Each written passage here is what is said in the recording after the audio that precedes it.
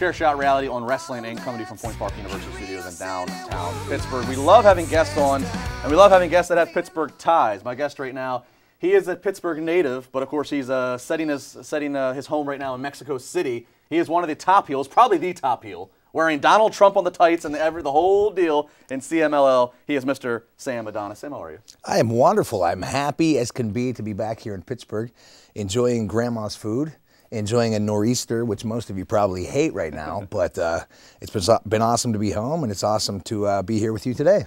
When's the last time you saw snow? Whew, I was here actually a year and a half ago. It was at a local event where Jericho actually came to hang out with us that night. Yes. So yeah, that was the last time I saw it, but I wasn't really able to enjoy it because usually my weekends consist of one day of travel, one day of wrestling, and then another day of travel. Yeah. But this time's been a little bit more time, and now I'm here with you.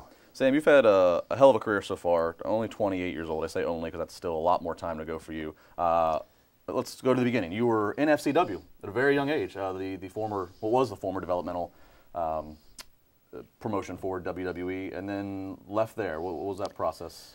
I was actually super lucky because I was kind of like the last part of the old regime, if you will, before the Performance Center.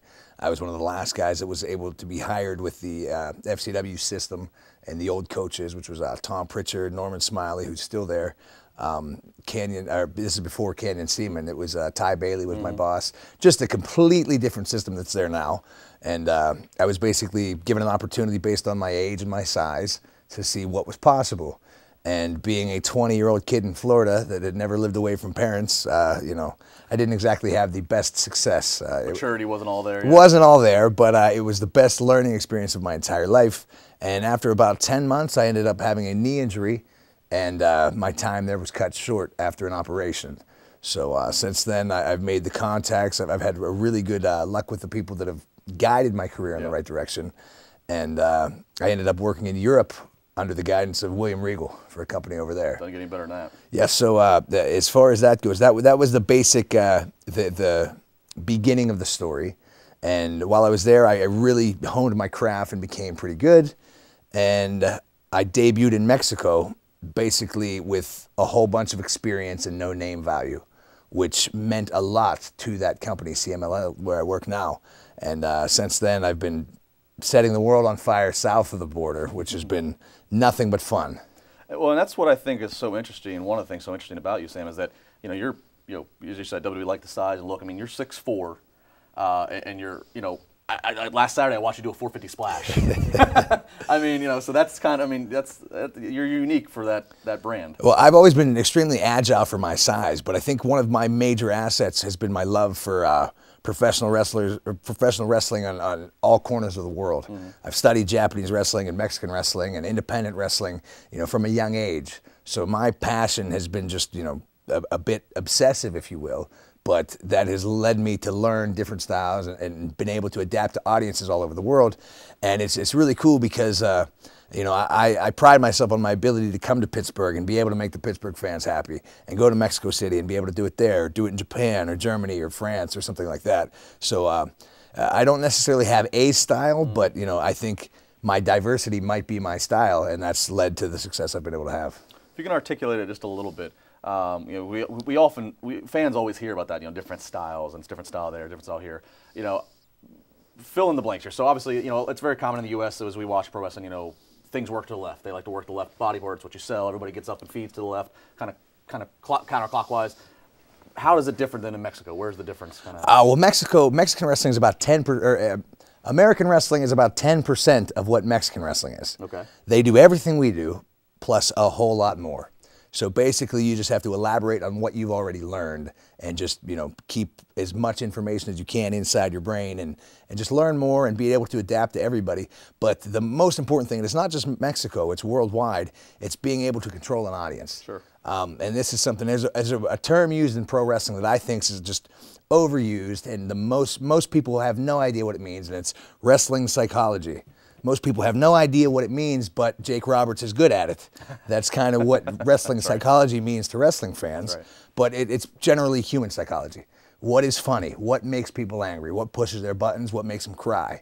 And if you're good at entertaining, if you're good at commanding a room, and you're also well-rounded in your ability as a wrestler or a performer, generally you're able to control these audiences, and it doesn't matter what country you're in, because, you know, if you see somebody fall down the steps, sometimes it's funny in Mexico, sometimes it's funny in England, sometimes it's funny in the UK. You know, it's really just being able to understand what's going to entertain your room. And in my opinion, that's, you know, an asset for me in my experiences that's been invaluable. Talk about your character and controlling that audience, because you know, for those who don't know, and I encourage you, you can check out Sam on social media at Real Sam Adonis and YouTube, and find some photos, find some video clips. They don't like you too much down there as you're supporting Donald Trump wanting to build a wall. You have Donald Trump on your tights. Now, obviously, again, wrestling, it's sport, it's entertainment, it's character. I'm not even going to get into. I don't even know. I don't care what your real politics are. But you embrace that character, and man, is it. I laugh because I know you every time I watch the clips that I see. Well, it's one of those things, and it goes back to that point of human psychology. The character isn't necessarily a Donald Trump supporter. It's not a Donald Trump character. I am just such a loudmouth idiot that I will do whatever it takes to push your buttons. Yeah. So chances are, if you know 10 people in this room have a peanut allergy, I'm probably going to come out throwing peanuts at them. That's what Sam Adonis is in Mexico as a heel. You know, here in Pittsburgh, I'm a babyface. There's nothing I can do. You know, I can come out and just be as vulgar and ridiculous as I want to be, but when it's your grandma and your family, you know, watching and supporting their family member, it's really hard to you know, control that audience in a way that's gonna, you know, be negative. So when I'm down there, I kind of just embrace the fact that I get paid to make people angry. Yeah. You know, and when I was invited to work for this company, which is the oldest wrestling company on earth, you know, I figured, what can I do to embrace this role? What can I do to make people more angry than ever? And, you know, the timing was perfect. Donald Trump had just become president, and, you know, the Mexicans aren't exactly the biggest fans of Donald Trump right now.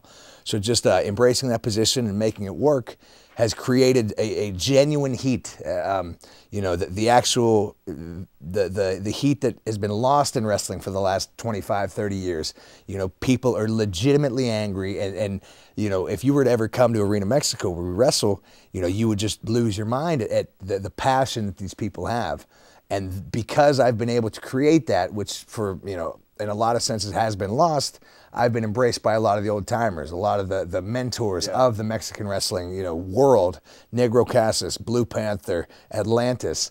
These guys love wrestling against me because you're basically, you know, traveling back in time. Yeah. You're seeing all this young talent flying through the air, doing these incredible, you know, wonderful high-flying moves. But when it comes down to the main event, the meat and potatoes is, you know, a good old-fashioned USA versus Mexico with some strong chops and forearms and kicks and, you know, popcorn flying, babies flying, whatever needs to happen. It's absolutely crazy, and, you know, I'm proud to say that I can make it happen. Sam, you have a brother some people might have heard of. His name's Corey Graves. What's the best compliment he's given you since this character success in Mexico? He's my coach. Yeah. My brother trained me back when we were here in Pittsburgh, and we had a ring set up out in the Plum area, and he taught me. So he's always been very good at not giving me compliments. Okay. Because he knows. My brother, you know, he grew up with me. He knows how to make it work. And when you don't get your chin tickled, you kind of always look for your chin getting tickled. It kind of makes you work harder. So it hasn't. I haven't had too many direct compliments. But he said some pretty nice things about me on one of the Edge and Christian podcasts, nice. You know, about my overall work as a performer, and just, you know, hearing that just from a third-party perspective, it means a lot more than he thinks. So it's cool. It's great having him in such a ridiculous role. It's still funny to me thinking my dad and him watched Raw every Monday night, you know, in my basement for 20 years, and then now I can see him, you know, whenever I want to, calling the action. Now I got to ask, because you know, obviously, you know, if you want to, hopefully one day you might find yourself back in the States working with WWE. And your brother, I've openly said this all the time. He's easily the most entertaining on-air, you know, commentator that they have right now. But I love the fact that there's not consistency. Like, you know, he's the heel commentator, but yet he won't support the heel in Elias, another Pittsburgh guy. Do you think that he would go out of his way to not be a supporter of you on commentary? Chances are it would be one of two. He would either, you know, do what he can to make sure he doesn't support me, or he would be my biggest supporter. And I don't know. That's not for us to decide. Yeah. You know, chances are it goes down the line. But, you know, it makes me think about, like, when Jerry Lawler was on commentary all those years. And the relationship he had with Bryan Christopher, they never Yeah. acknowledged, Well, but they'd always just kind of. I always feel like the best heels, the best bad guys in wrestling, don't think they're bad guys. They don't know they're bad guys. You know, they have their altered sense of reality. You know, and they can go out there and defend the most despicable acts, and then they can hate the nicest guy on the show. So, you know, I think, you know, I love hearing it when other people makes the parallels between him and Bobby Heenan or Jerry Lawler. And to me, you know, I'm proud of him for that. I love hearing people say that. But at the same time, there is a lot of parallels, not in the character, not in the words, not in how they present themselves, but just the actual, what would be the word? The essence of what a heel commentator is. So, I mean, if people are saying your name up there with those same legends of our industry, you know, I like to think he's doing something pretty well. Absolutely. Tell the truth. Were you smartened up, or did you get worked like the rest of us with the whole Booker T stuff?